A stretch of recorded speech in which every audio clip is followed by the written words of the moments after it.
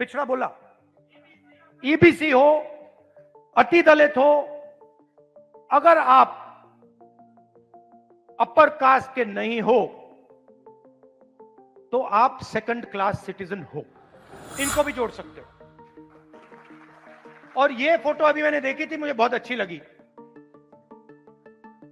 क्यों अच्छी लगी बताइए?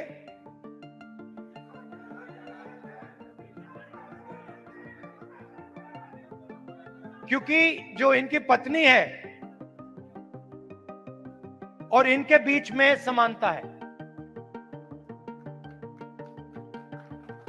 रिस्पेक्ट है। ये देखकर ये पता लग रहा है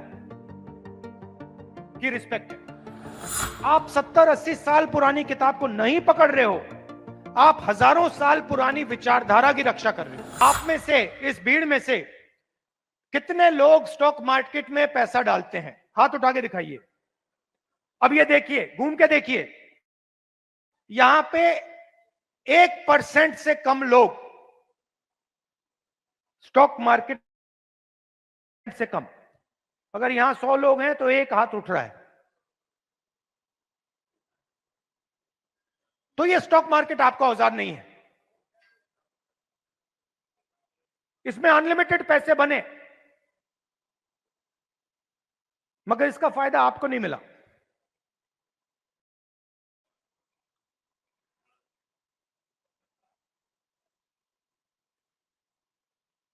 सीधी बात करूं, सीधा बोलूं, ठोक के, हमारे यहां पे केपी सिंह जी हैं। कहां है केपी सिंह जी? आइए आइए। केपी सिंह जी, अब गलत मत मानना जो मैं कहने जा रहा हूं। देखिए, केपी सिंह जी ने कहा, बैठिए बैठिए, आइए। केपी सिंह जी ने कहा कि मैं ऑर्थोपीडिक सर्जन हूं। कहा। कुछ दिन पहले पार्लियामेंट हाउस में, वहां पे ऐसे ही एक व्यक्ति ने मुझे कहा, मैं आईआईटी, और मैंने उससे यही कहा कि देखिए, मैं कुछ कहना चाहता हूं मगर शायद आपको अच्छा ना लगे, इजाजत है? उन्होंने कहा हां कह दीजिए। और वही मैं आपसे इजाजत लेना चाहता हूं। इजाजत है? सरकारी बैंक लोन, सरकारी बैंक से लोन या प्राइवेट बैंक से लोन, उस लिस्ट में आपको ना एक ओबीसी मिलेगा, ना एक ईबीसी मिलेगा, ना एक दलित मिलेगा, ना एक आदिवासी मिलेगा। तेलंगाना की सबसे बड़ी कंपनियों की आप लिस्ट निकालिए, उनके मालिकों की लिस्ट निकालिए, उनकी सीईओज की लिस्ट निकालिए। ये सब हम तेलंगाना में अब कर सकते हैं। उनकी मैनेजमेंट टीम की लिस्ट निकालिए, आप हैरान हो जाओगे।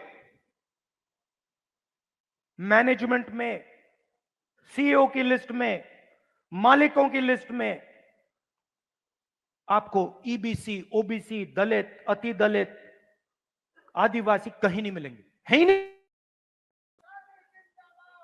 आप कह रहा हूं कि 5% हैं, मैं आपसे नहीं कह रहा हूं कि 5% है, 0 है, 0 है ही नहीं। और आप दूसरे तरफ मजदूरों की लिस्ट निकालो, जो 21वीं सदी के नए मजदूर बने, गिग वर्कर्स पर चलाते हैं, जो 21वीं सदी की मजदूरी करते हैं, उनकी लिस्ट निकालो। 90% से ज्यादा, 95% दलित, पिछड़ा वर्ग, ईबीसी, आदिवासी, डोमेस्टिक सर्वेंट्स की लिस्ट निकालो। दलित, ओबीसी, आदिवासी, अति दलित।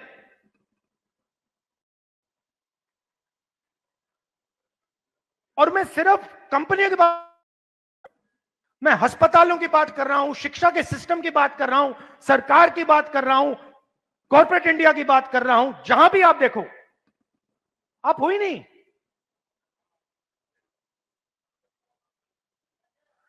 और तेलंगाना में अब वो पूरा का पूरा डेटा हमारे हाथ में है, जो नरेंद्र मोदी जी आपके हाथ नहीं डालना चाहता है। इसीलिए आपने देखा, जैसे ही हमें वो डेटा दिखा,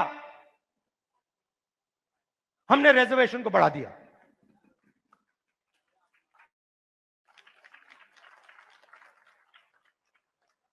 मैंने नरेंद्र मोदी जी को लोकसभा में सामने बोला, ये जो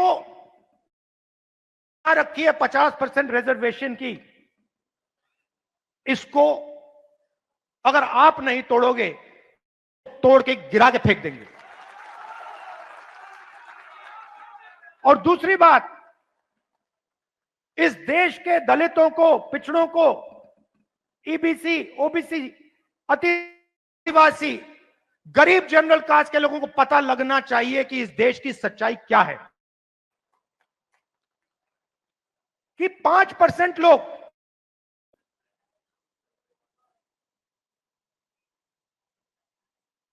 पांच परसेंट लोग इस पूरे के पूरे देश को चला रहे हैं। क्योंकि हम 21वीं सदी में जी रहे हैं।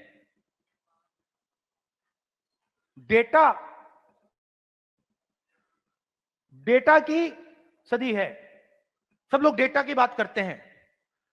तेलंगाना में हमारे पास जाति पूरा का पूरा डेटा हमारे हाथों में है, और इस डेटा के साथ हम तेलंगाना की राजनीति को बदल सकते हैं। और जो सचमुच में आपका हक है,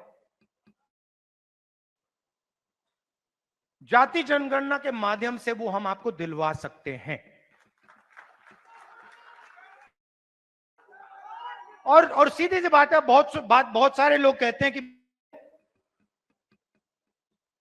जाति जनगणना नहीं होना चाहिए।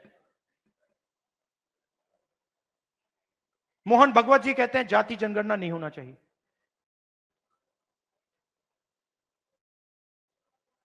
अगर आपको चोट लगती, आप अस्पताल जाते हो, कभी आपसे डॉक्टर कहता है भैया एक्सरे मत करो। एक्सरे से कोई नुकसान थोड़ी होता है, एक्सरे से सच्चाई पता लगती है। वो ही हम कर रहे हैं, एक प्रकार से हम सामाजिक एक्सरे कर रहे हैं। सच्चाई क्या है, किसके पास कितना धन है, कौन कहां बैठा है, ब्यूरोक्रेसी में कितने लोग हैं, लोग कितने घुस पा रहे हैं, कौन सी जात के लोग कहां घुस रहे हैं, कहां जा रहे हैं, किन लोगों को कैसे रोका जा रहा है, ये सब जाति जनगणना।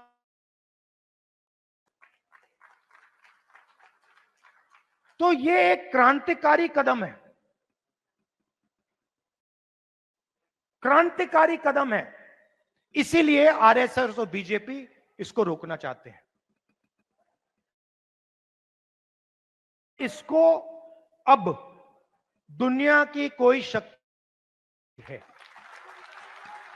बिहार पार्टी का मैं आपको रोल बताता हूं। देखिए, कांग्रेस पार्टी की जिम्मेदारी, गठबंधन की जिम्मेदारी, जो गरीब लोग हैं, जो कमजोर लोग हैं, ईबीसी, ओबीसी, दलित, महादलित, गरीब जनरल कास्ट के लोग, इन सब को जोड़कर, इज्जत देकर, रिस्पेक्ट देकर आगे बढ़ने का काम कांग्रेस पार्टी का। आपसे पहला व्यक्ति होऊंगा जो आपसे कहेगा कि कांग्रेस पार्टी ने